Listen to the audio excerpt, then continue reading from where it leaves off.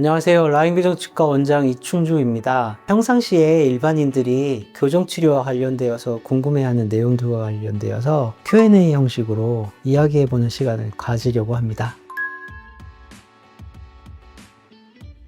사실 골격 유형에 따라 충치가 잘 생기고 덜 생기고 하는 것은 과학적이진 않고요. 충치가 잘 생기는 거는 구강 위생 상태, 또 충치의 감수성 등등에 따라 다양할 거예요. 그런데 간혹 돌출입이 성장기에 입을 벌리고자 하는 악습관 같은 구호흡 같은 것이 동반된 돌출입이라고 하면 실제 충치의 감염률, 우식이 잘 생기게 하는 영향이 없다고 할 수는 없을 것 같습니다.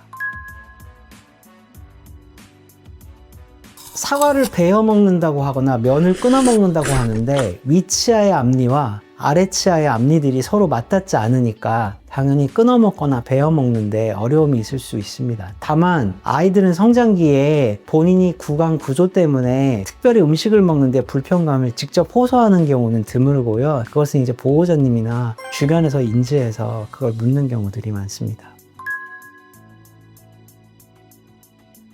돌출입 교정 치료를 한다고 해서 거미 스마일이 무조건 다 개선되는 게 아니고요. 돌출입이 없는 사람도 잇몸 노출이 과도한 거미 스마일 상태일 수 있을 것이고, 돌출입이 있는 채로 거미 스마일이 동반된 경우도 있을 것이고, 그래서 돌출입 교정 치료를 하면서 자동으로 거미 스마일이 훼손되는 것은 아닙니다. 오히려 돌출입 교정 치료를 무분별하게 잘못하고 거미 스마일이 없다가 생기는 경우들도 있기 때문에 신중하게 잘 검토해서 치료를 진행하는 것이 올바른 방법일 것 같습니다. 간혹 발음이 안 좋아서 교정치료에 방문하는 분들이 계신데요. 발음과 관련된 여러 요인들이 같이 복합되어 있어요. 그 중에 특별 발음들이 실제 개구장애나 또는 교합장애 또는 혀의 운동 이상에 의해서 발생되는 경우들도 있습니다. 무조건 발음의 문제로 교정치료를 통해 다 개선할 수 있다고 하는 것은 잘못된 오해입니다.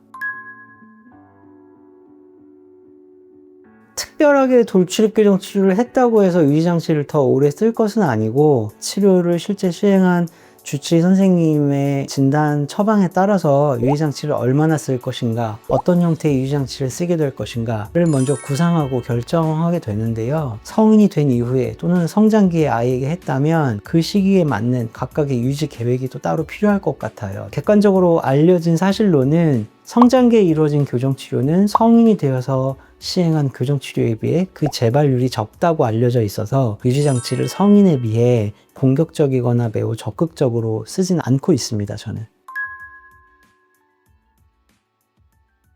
A와 B 환자가 나는 돌출입이어서 입이 나와서 그게 컴플렉스여서 교정치료를 해야겠다고 해서 상담을 해도 사실 그 하부의 유형들이 모두 다를 수 있어요. 어떤 돌출입은 교정치료로 아예 개선이 불가능한 경우도 있고, 또 어떤 돌출입의 환자는 교정치료를 통해서 극적인 안모 변화가 동반되는 경우도 있고, 실제 내 골격의 패턴이나 교합이 어떤지를 잘 봐야 할 텐데요. 같은 돌출입의 유형이어도 지금은 치료의 과정이나 치료 역학이 매우 발달된 시대여서 사실 발치에 준하는 만큼의 효과를 누리기도 합니다. 요체는 앞니들이 뒤쪽으로 많이 후방 이동할 수 있어야 한다는 건데, 그걸 꼭 발치를 하지 않고서도 구치부부터 어금니부터를 뒤로 후방 이동시켜서 치료한다든지 하는 역학들이 따로 존재하기 때문에 그 사람의 고유한 진단에 따라 그 구분이 될 거라고 이해하시면 될 것 같아요. 돌출입 사실 뿐만이 아니고요.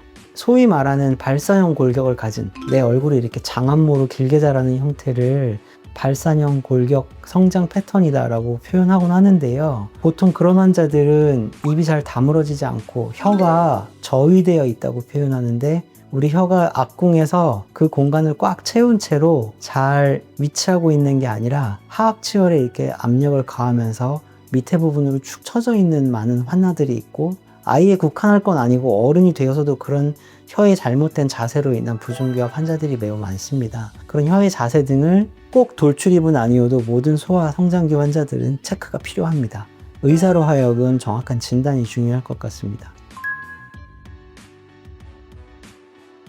실제 시각적으로 입술이 짧아 보이고 각도가 들려 보이지만 그게 치아의 각도 때문이지 실제로는 짧지 않은 경우도 있고 모든 환자에 따라 사실 진단이 다를 수 있습니다. 장안모형, 얼굴이 긴 형태인데 돌출입이 동반되어 있을 수도 있고 반대로 아래턱의 각도가 매우 작은데도 돌출입일 수도 있습니다. 앞니의 각도가 굉장히 앞으로 뻗어들어진 채로 돌출입일 수도 있고 앞니의 각도가 굉장히 설측으로 기운 채로 돌출입일 수도 있어서 그 유형들이 서로 매우 복잡하게 병렬적으로 조합될 수 있다고 이해하시면 될 것 같아요. 각각이 어떻게 조합되느냐에 따라서 치료의 난이도가 높다 또는 수월하다 이렇게 결정될 수도 있습니다.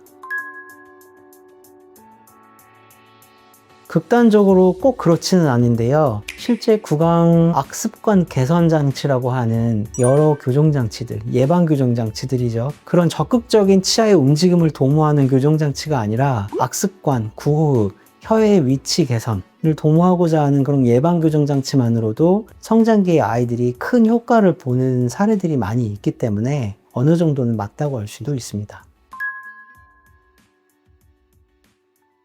사실은 돌출입 교정 치료는 살아가는 시기에 본인이 원할 때 언제든지 할 수 있는 거죠. 아이들 때 치료하는 그 치료 성격의 요체는 그 아이가 가지고 있는 골격 환경 자체를 개선하는 데 주 목적을 두고 있는 것이고 그것을 우리는 소아 성장조절 치료라고 부르고 있습니다. 돌출입이라고 하면 보통 우리가 이해하기에 아래턱이 작고 윗턱이 많이 자라있는 골격성 2급 부정교합인 경우를 생각하기가 쉬운데요. 그런 골격성 2급 부정교합 환자들의 좋은 성장조절 치료 시기는 아래턱이 본격적으로 많이 자라려고 하는 보통 초등학교 4학년, 5학년 성장기에 따라 좀 다를 텐데 또는 남아와 여아도 다를 테고 그 정도 시기를 보통 적기라고 보고 있고요. 성인의 경우에 포괄교정 치료를 통한 돌출입 교정 치료 시에는 그 시기에 크게 구애받을 필요가 있지는 않습니다.